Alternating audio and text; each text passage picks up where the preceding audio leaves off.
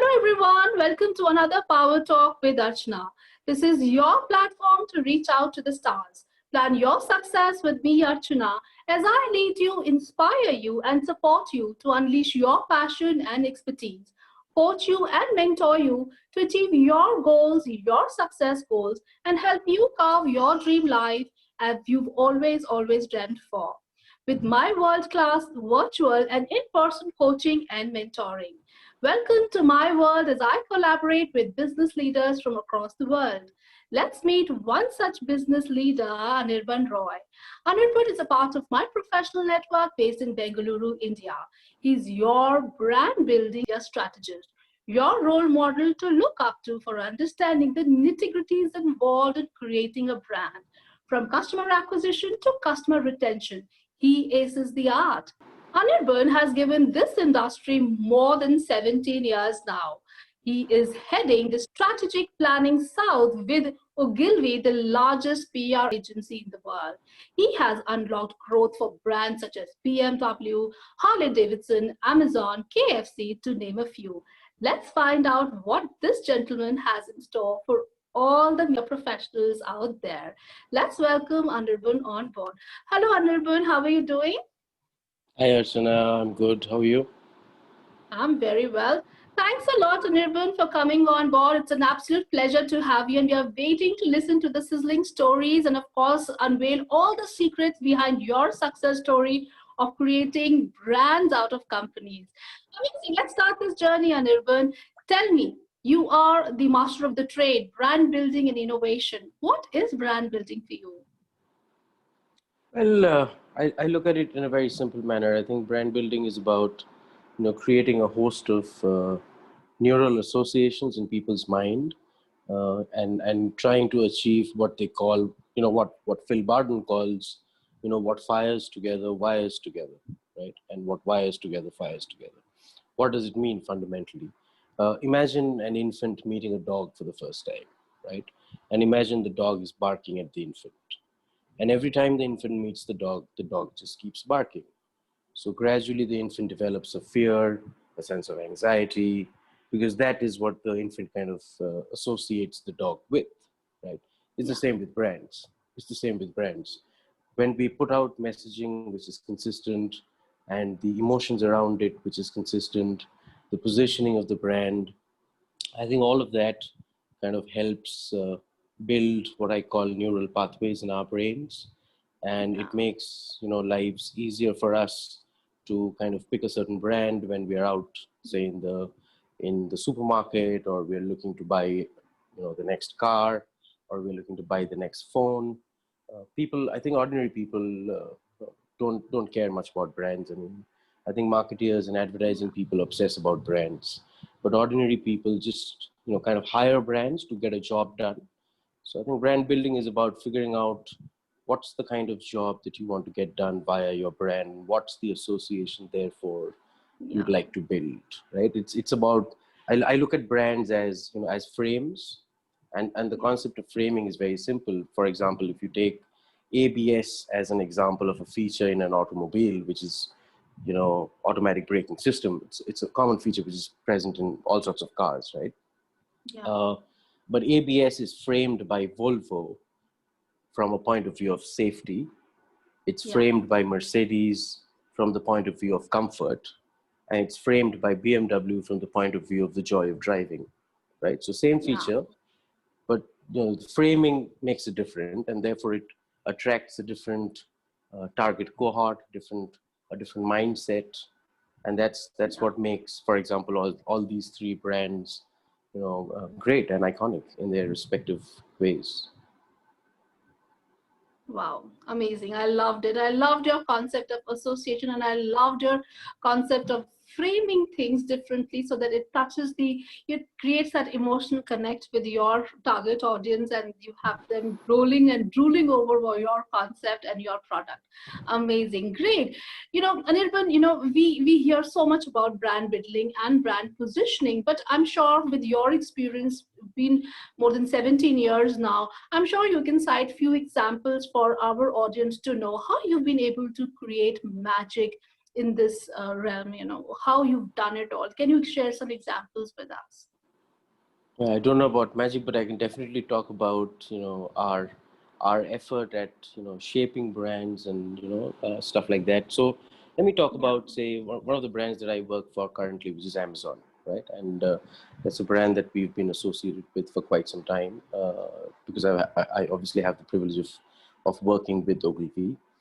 I think if you look at the body of work that Amazon India has done, particularly us that we've done for them, I think it's quite phenomenal, because Amazon is an American brand, right? It's is Jeff Bezos's company, and in this country, it's primarily built its kind of face through the marketplace, which is yeah, where people go to kind of shop for various different products.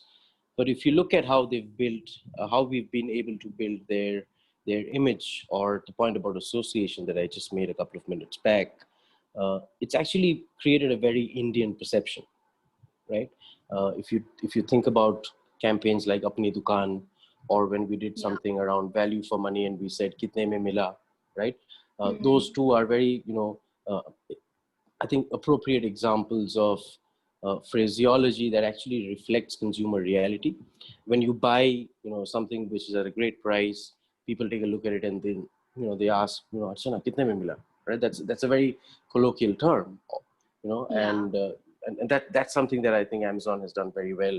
It yeah, understands Indian ethos very well. yeah, Recently, we did something, which was a asset that we released, kind of post lockdown, and we were working, of course, within lockdown restrictions, and the creative team yeah, was shooting, respecting all those restrictions, and the concept was very very simple. It was nayi shurwato ki apni dukan, right? So Amazon already had kind of built this whole platform around apni dukan, which again is again deeply Indian. Indians think of marketplaces as dukan. There's a dukandar, there's dukan. You're the customer is king. All of that values kind of is unsaid, and we kind of built this whole framing around nahi shurwaat ho gayi apni dukan, because post yeah, lockdown, it's almost a restart. It's a reboot, for yeah, customers who've been literally and figuratively locked down. And the thought was very simple. We said, in Dibo mein kya hai, saman hi to hai. Because we felt what Amazon was selling was not just goods that went from factories to your house, but actually they were carrier yeah. of emotions, right? Wow. It's not just a piece of phone if you're gifting it to a grandmother to see her, you know Yeah. grandchildren for the first Right. time post lockdown, Yeah. right? It carries emotion. Every gift that we make, every purchase that we make, have emotions associated with it, and we wanted to kind of stitch that story. And I think that was a genuinely good effort from our Oh, team yeah. to kind of build that association. So that would be one example. I mean, another example I can think of is Titan watches. Yeah. Again, a Oh, very long standing client of ours. yeah. And again, how we've built, Titan over the years, and how we've built the associations of gifting with Titan, right? Titan has forever been associated with gifting occasions, right? And again, if you've Yeah. seen the recent set of films that we've done for Titan, we said, what, to create relevance, we think, gifting is possibly a great platform to again kind of get back to, and there are a lot of things that is happening these days in terms of, people who are working from home, also working for home, right? There are young Yeah. couples who are Right. at home. Mm, The man is also kind of sharing the load, and it would be a great opportunity for the man to also, for example, acknowledge the unpaid effort that a woman yeah. makes to run the house, right? She never gets paid for running the house. That was one of the stories, in terms of acknowledging the effort of your better half for doing Yeah. what she does, silently and spectacularly well.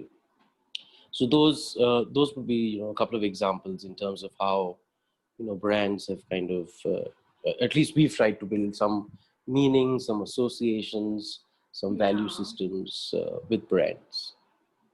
Yeah, that's really amazing. I think it's all about weaving emotions with every campaign. I mean, when you have that kind of a connect with your audience, your target audience, I think half the battle is won. That warmth, gets it comes across, with the product, and that's when the client really, your audience wants to buy that product. They can associate, they can link themselves, they can find themselves in that frame. Amazing, great.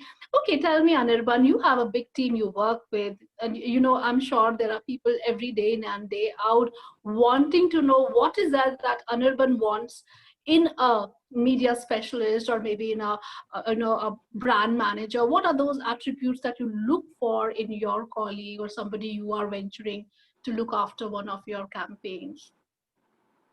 So if I take brand manager, because I mean media Yeah, strategist is not my competency, so I'm more kind of tuned to commenting on the brand manager side of it, because yes, we deal with brand managers every day, amazing bunch of people who try to accomplish a lot of great things for their brands. I think I have a lot of respect for brand managers who are fearless, because I think we get cowed down by what I call spreadsheet gymnastics. We get cowed down by quarterly goals.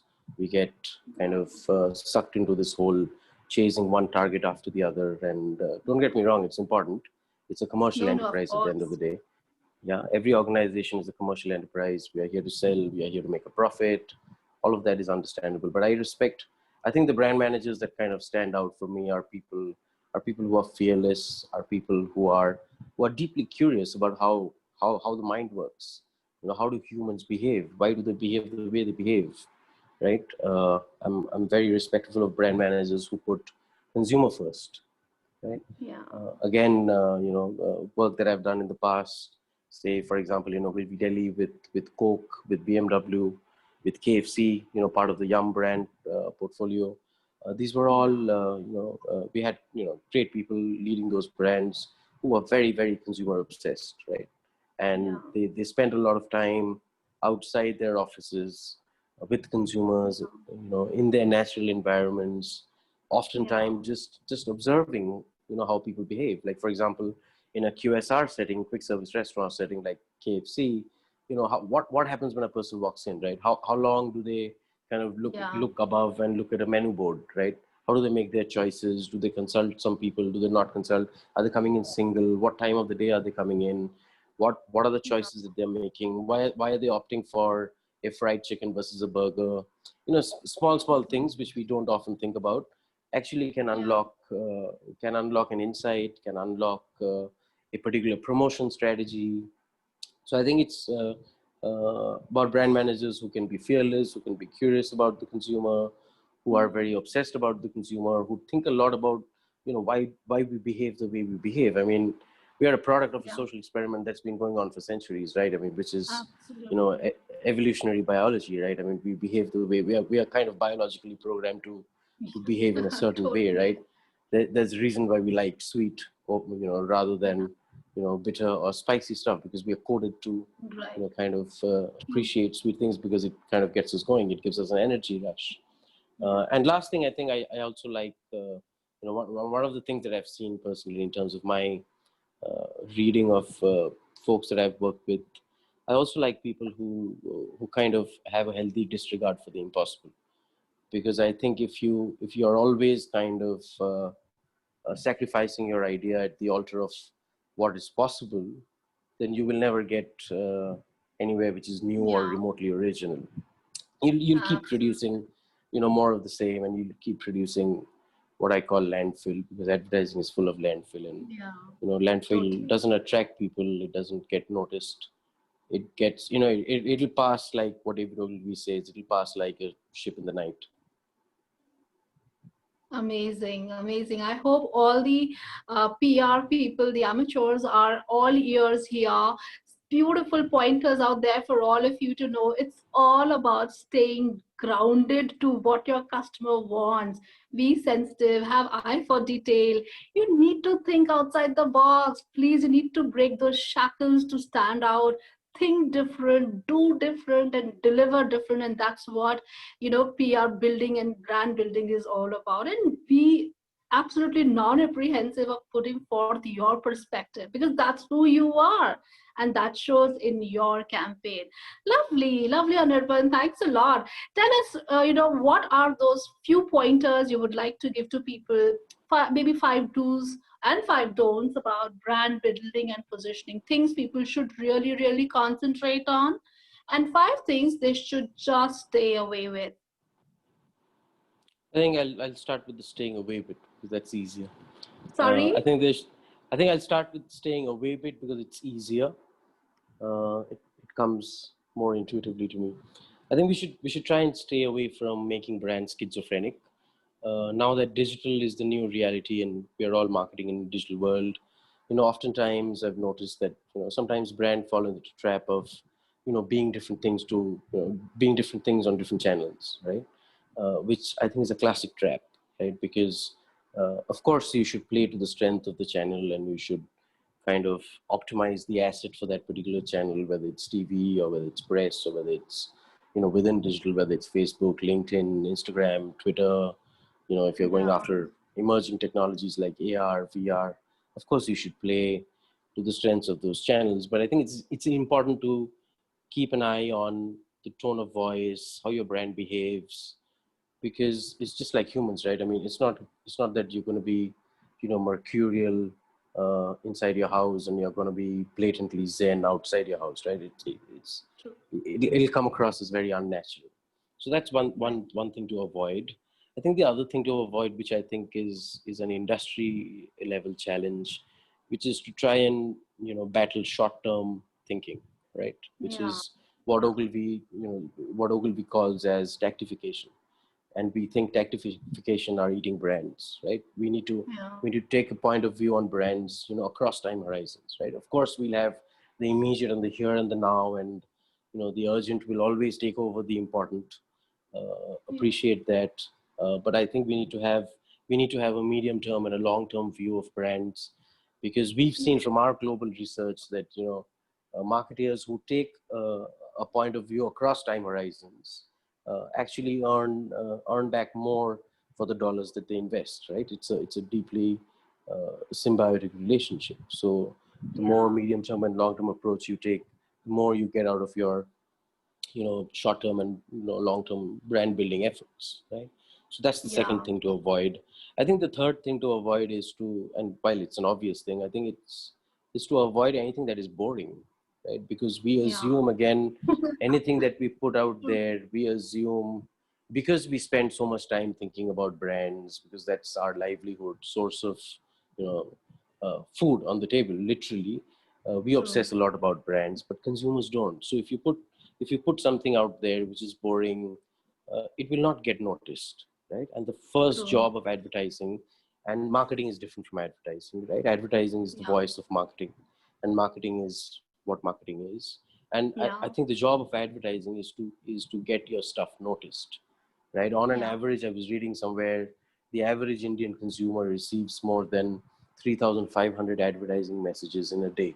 Imagine that, Right. 3,500 advertising messages in a day. And by that, I don't mean intrusive banners or whatever else. I mean, if you're having a can of Coke, that also has an advertising message plastered on it, right? So Absolutely. that is counted as an instance when your brain kind of tries to decode either the logo Yeah, or a sentence that's written on the can, or a for or a sure. gesture, right? So I think we need to appreciate that, and we need to work towards stuff that gets noticed.